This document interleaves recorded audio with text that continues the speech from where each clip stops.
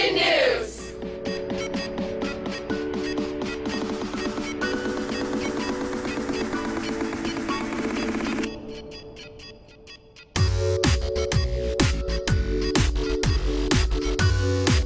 Good morning, Eagle Nation. I'm Nicole Phillips. And I'm Lydia Nussbaum. And you're watching Eagle Nation News for Tuesday, September 17th.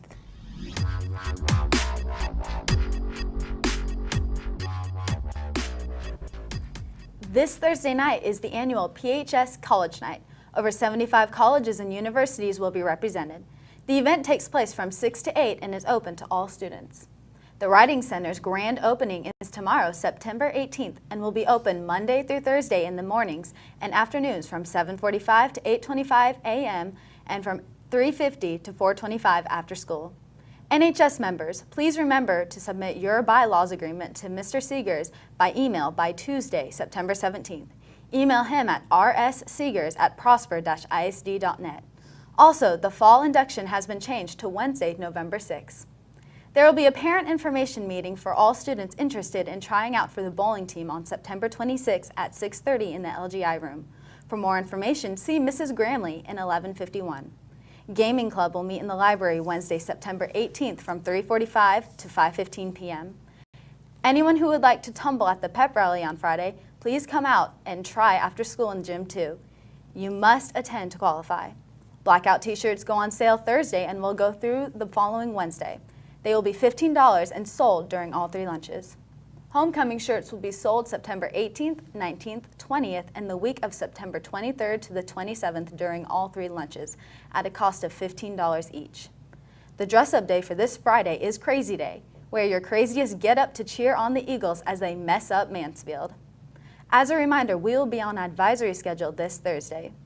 This is your last chance to win 2 tickets to the September 28th House Party concert featuring A Day to Remember and All Time Low. You may now take out your phones and follow at Eagle Nation News on Twitter. Tweet the phrase #ENN free tickets to enter. You must be following Eagle Nation News to win. Winners will be announced at the beginning of next week. And now, here's Mr. Wright for a very special announcement. Guess what is happening tonight at 6:15 p.m.? Frisco Centennial is happening. I said Centennial. Our varsity volleyball team is playing Frisco Centennial tonight in the arena. Let's get loud, let's get proud for Lady Eagle Volleyball. Now let's talk pep rallies, and let's talk my favorite talk, Prosper Rumble time. Here's your new cue at all pep rallies. When I say, what time is it? You're going to say, Prosper Rumble time. At the pep rally this week, you're going to learn 4 new parts for the Prosper Rumble. 1, side to side. Part 2, turbulence. Part 3, the Harlem Shake. And Part 4, the one you already know, We Ready. Now let's talk about expectations for the Harlem Shake. Probably know where I'm going with this. Absolutely no vulgar dancing. And I'm not too old to know, absolutely no twerking will be allowed. I said that's right, no twerking will be allowed. We will have video cameras at every practice session to make sure this is absolutely perfect. We'll be videoing all students at every practice session, even this week at the pep rally. Remember, on the actual day, on October the 3rd, if you do anything inappropriate, you'll be edited from our YouTube version, and you will be in major, major trouble. Let's see, maybe a loss of privileges. How about 2 years? Now, let's go back to October 3rd. On October 3rd, it's game day. We're all bringing our A game because we're going to be performing the Prosper Rumble in our neon t-shirts for the whole world to see. The media will be there, and we will, at Prosper High School, after the Prosper Rumble, we will be the talk around the nation after we post the edited version. This week's pep rally, I had the Prosper Rumble in the middle of the pep rally agenda. So we're going to make sure we get to it this week. We're going to spend a lot of time because we got to get those 4 parts in. In closing, I speak from my heart. I'm very proud of our school spirit this year. You have taken Eagle Pride to another level that I didn't think actually would exist after last year, but you've taken it to another level. And for that, I'm very thankful for every student, all 9th graders, all 10th graders, all juniors, and all seniors. Because you see, teamwork makes the dream work. We are Prosper. Gun control has always been an issue. You have to walk on eggshells around others in order to keep the peace. Why is this relevant? Because last week a law was passed granting permits to the blind. Does this make sense?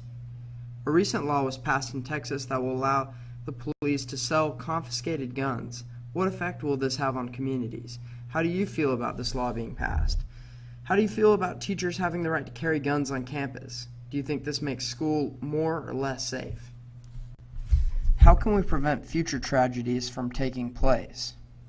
And is the answer more government regulation?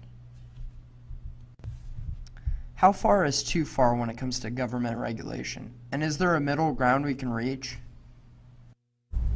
Today we have with us PSID Police Officer Rachel Fowle, Town Council Member Curry Vogelsang, and Rodney McCall, a government teacher here at PHS. Thank you for joining us. Recently, a law was passed in the state of Texas that allows law enforcement officers to sell confiscated and found guns that cannot be returned to their original owners. My first question is to you, Officer Fowle. In your opinion, as a law enforcement officer, what are the implications of this law? Well, the police departments can benefit from it because they're able to get back some of the money that they have put into seizing these guns off the street. So it does help the police department regain some of it. It doesn't really affect the citizens other than they get the opportunity to purchase them later on. And where does that money go? It goes back to the police department to be distributed as needed. And this is to all of you. Austin, San Antonio, and Houston, major cities, have rejected this law and basically said they're not going to embrace it. But smaller towns have decided to embrace it. So why is that? Well, the main reason for that, as far as larger cities, is they have the budget to be able to provide the equipment that's needed for the officers that are out there, whereas small towns don't necessarily have the budget. So they'd like to be able to resell those guns and recover some of that money to use for equipment that is needed for the officers. And Mr. McCall, this question is for you. You always say that with every piece of legislation, there's winners and losers.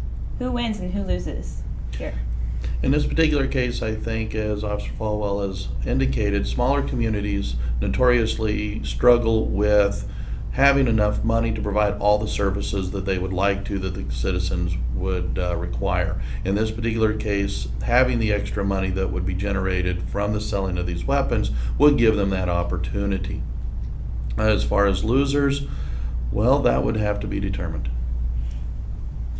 And anything to add? Sure. I think the big questions here that are involved is you've got a strategy that's out there that wants to help us with our rights to bear arms. The problem is the devil's in the details. So the reality is, how are we going to implement this law? How are we going to ensure that guns are sold to the proper dealers? Are there going to be special dealer requirements? They're going to have that. The whole goal here is one, to protect those rights to bear arms, but the same token, make sure that we're not getting those arms into wrong hands, similar to the situation we saw yesterday in the Naval Yards. At the same time, just making sure we can implement this correctly. Well, thank you all so much for being here. That's all the time we have. Lydia. Yesterday, America experienced another tragic shooting at a Navy base, which has left victims' family members in pain and a nation gripped in disbelief. Already, this event has prompted lawmakers to call for stricter gun laws and confine the Second Amendment. In the midst of this highly emotional and necessary debate, it may be prudent to ask some questions before rushing to pass laws. First, if additional gun laws were in place, would they have been able to prevent yesterday's event? What could have happened if those at the Navy base had been allowed to carry guns themselves? Would they have been able to defend themselves and stop the rampage, thereby saving lives? It is very easy for lawmakers to be prompted to make a knee-jerk reaction to the situation in the midst of a nation grieving and in fear. I only hope, when making laws that affect any constitutional amendments, that there's a significant thoughtfulness and debate beforehand. And today, our thoughts and prayers are with the victims and their families. With that, I'm Lydia Nussbaum. Live long and prosper.